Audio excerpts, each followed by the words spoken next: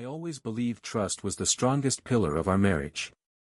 When my wife, Emily, suggested a solo vacation to clear her mind, I didn't think much of it. She had been stressed from work, and I figured time away would help. But something felt off.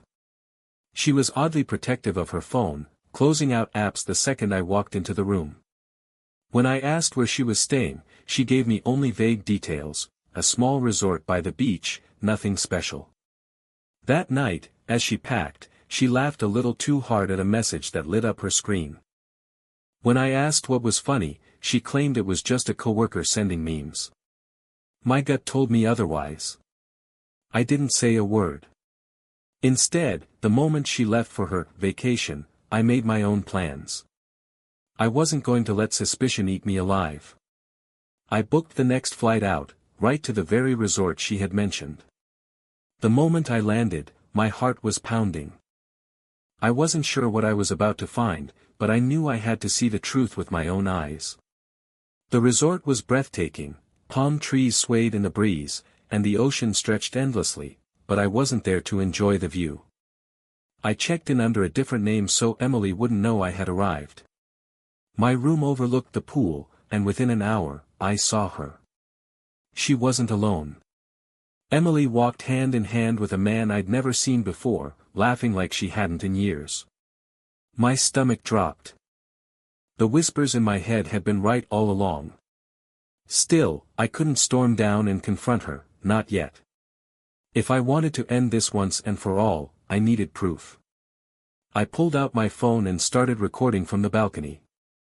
Every smile, every embrace, every stolen kiss, all captured. And just like that, my plan shifted from doubt to action. For the next 2 days, I stayed in the shadows. I followed them from a distance, watching Emily and this man dine by candlelight, stroll along the beach, and disappear into the same room each night. Every moment made my chest tighten, but I forced myself to stay calm. I collected videos, photos, even overheard snippets of conversations when they thought no one was listening. They weren't just two friends reconnecting, this was a full-blown affair. Late one evening, as I sat in my room reviewing the evidence, anger gave way to something sharper: clarity. Emily hadn't just betrayed me. She had underestimated me. She thought her vacation would stay hidden, a secret tucked away under palm trees and ocean waves. But I wasn't about to let this go quietly. I had all the proof I needed, and I knew exactly when to reveal it. The perfect moment was coming. On the third night, the resort hosted a big outdoor dinner with live music. Guests gathered under strings of glowing lights, the air filled with laughter and clinking glasses. It was the kind of setting Emily loved: romantic, carefree, picture-perfect. And that's exactly why I chose it. I reserved a table close to theirs but made sure she couldn't see me. From where I sat, I watched her lean across the table, laughing as the man brushed a strand of hair from her face. To anyone else, they looked like a couple celebrating love. I could feel the rage boiling in my chest, but I forced myself to stay cool. My moment wasn't to cause a scene fueled by anger. No, I wanted silence so loud it would echo in her memory forever. I quietly slipped a USB drive to the resort's event coordinator earlier that day. On it? Every video, every photo of Emily and her vacation partner. The coordinator thought it was a slideshow I wanted played during dinner. Emily had no idea what was about to appear on the giant screen above the guests. The music faded, and the coordinator announced a short slideshow from one of our guests. People clapped politely, expecting sunsets and family photos. Instead, the first image appeared: Emily walking hand in hand with the man. A murmur rippled through the crowd. Slide after slide followed: Emily laughing on the beach, kissing him under the palm trees, slipping into his room at night. Each picture was undeniable. Emily froze in her seat, her smile vanishing. The man beside her went pale, glancing around as whispers grew louder. Guests stared in disbelief, some covering their mouths in shock. Emily tried to stand, but it was too late. The truth was out, bigger than her excuses: brighter than the lights above the tables. I remained seated in the shadows, watching her crumble. She scanned the crowd, desperate to spot me, but I didn't move. Not yet. The moment I wanted most, the look on her face when she realized she couldn't hide anymore, was finally here.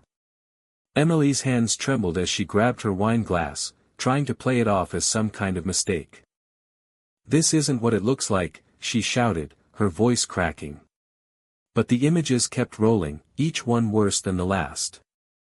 The man beside her pushed his chair back, clearly embarrassed, muttering something about leaving. He wanted no part of the spotlight, no part of the chaos. Guests whispered louder, some shaking their heads, others outright laughing at the scene unraveling before them. Finally, the slideshow ended with the last photo, Emily and him kissing passionately under the stars. The screen went black, leaving only silence and the weight of truth hanging in the air. I stood up from my table at last, stepping into the light where she could see me. Her face drained of color. "Vacation going well, Emily?" I asked calmly, loud enough for the people around her to hear. Her mouth opened, but no words came out. For the first time, Emily was completely speechless. The crowd turned to look at me, then back at Emily. Her eyes widened as if she'd seen a ghost. You followed me," she stammered, her voice barely above a whisper. "I didn't raise my voice. I didn't need to. I gave you trust, Emily. You asked for space, and I gave it. And this is what you did with it." She reached out, as if to beg me to sit, but the weight of the evidence crushed every excuse she might have had. "It wasn't what you think," she began, but even she didn't believe the words. The man, already red-faced, muttered, "I'm not dealing with this," and stormed away, leaving her alone under the spotlight. Guests quietly returned to their meals, though I could still feel their eyes burning into us. Emily's voice broke. "Please, can we talk about this privately?" I shook my head. "No, Emily. You made it public the moment you thought you could hide it. Now the truth is public too." For the first time, she realized this wasn't just about betrayal. It was about consequences. Emily's eyes filled with panic. She stood quickly, nearly knocking her chair over, and rushed toward me. "Please, let's just go somewhere quiet," she whispered, trying to keep what little dignity she had left. I stayed rooted in place, my voice steady. "You've already said enough with your actions." Her hands shook as she reached for mine, but I pulled back. The truth wasn't just between us anymore, it had spilled into the open, and she couldn't stuff it back into the shadows. "I didn't mean for this to happen," she pleaded. "It was a mistake, I was confused, I cut her off. Confused people don't book secret vacations and hide in someone else's arms for days. That's not confusion, Emily. That's a choice." She swallowed hard, tears threatening to spill, but her voice was trapped in her throat. For once, she had nothing left to spin, no clever excuse to twist. The silence between us was heavier than any shout, and I knew this was only the beginning of the end.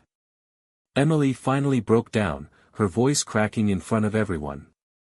"Please, don't do this here. I'll explain everything, I promise. Just give me another chance." Her tears might have swayed me once, but not anymore. I had watched her smile with another man, watched her live a double life while I trusted her blindly.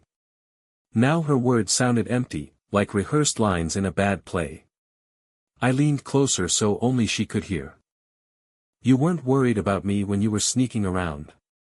You weren't worried about us then. So why should I believe you now?" Her lips trembled. "Because I still love you." I almost laughed at the irony. Love doesn't hide. Love doesn't lie. And love doesn't collapse the moment truth comes to light. I straightened up, looking her dead in the eyes. "Emily, this marriage ended the second you decided I wasn't enough." Her knees seemed to give way, and for the first time, she realized I wasn't bluffing. I meant every word. The weight of my words seemed to crush her.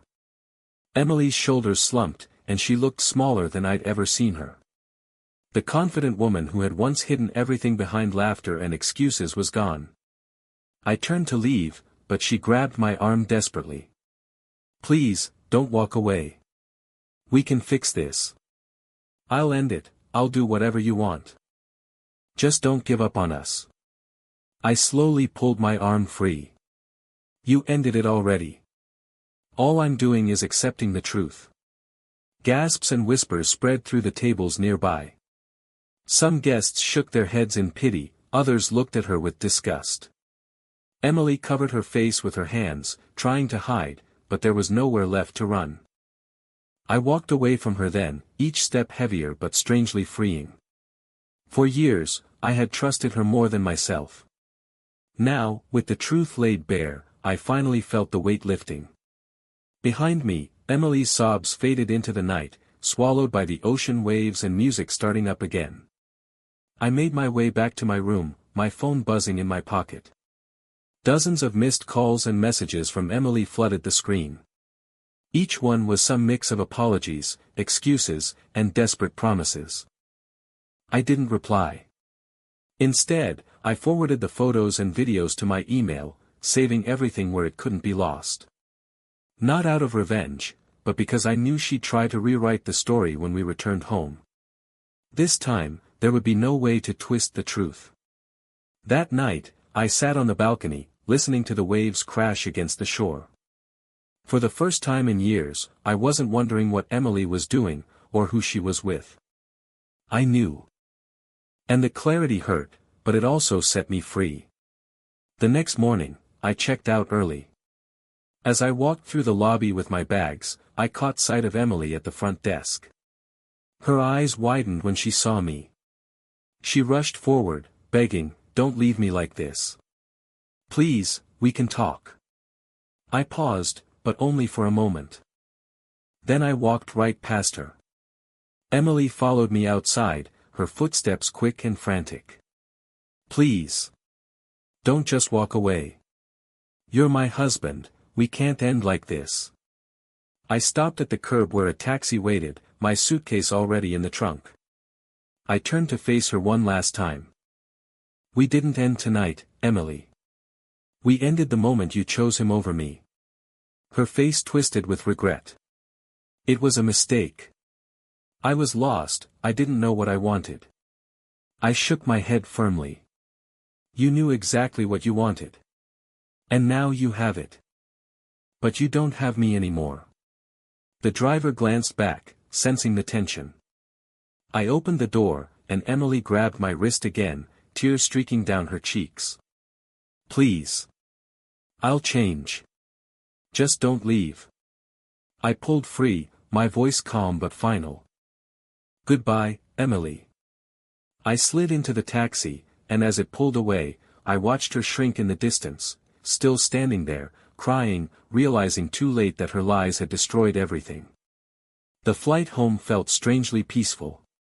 For the first time in days, my chest wasn't heavy with suspicion or anger. Instead, there was quiet, painful, yes, but freeing. When I landed, I went straight to our house. The room still smelled like her perfume, but the warmth was gone.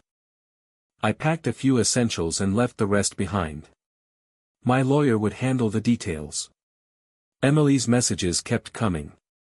Apologies, please, even threats that she'd never forgive me if I ended things. But I didn't answer a single one. The slideshow had spoken louder than any words ever could. In the weeks that followed, friends and family tried to take sides. Some said I was too harsh, others said I had every right.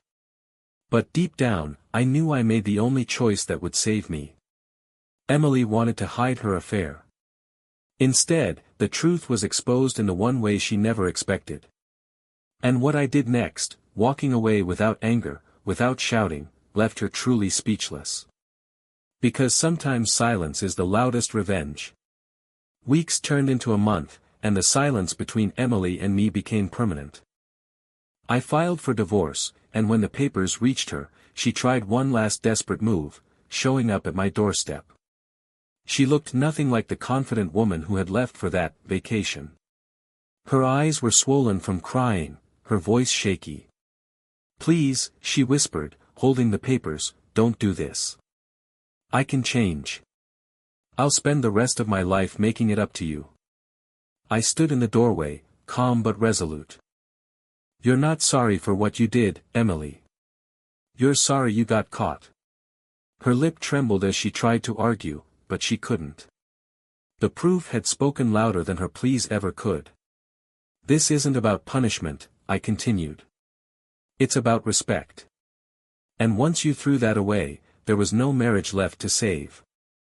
For a long moment, she just stared at me, broken. Then she finally signed the papers, her hands shaking, tears dripping onto the page.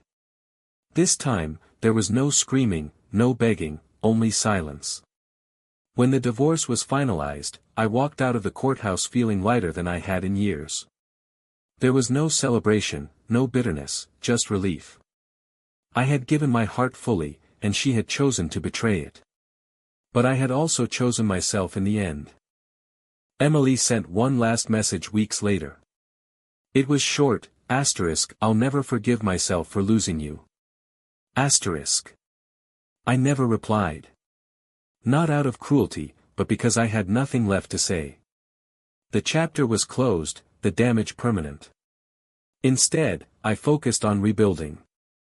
I spent more time with friends, reconnected with family, and slowly rediscovered who I was without the shadow of suspicion or lies hanging over me. Looking back, I realized that the slideshow wasn't revenge, it was clarity. It forced Emily, and everyone else, to see the truth she tried so hard to bury. And it gave me the strength to walk away, not in anger, but in certainty. In the end, her affairs stayed behind on that vacation island, while I walked forward into a life where honesty and peace would finally be mine.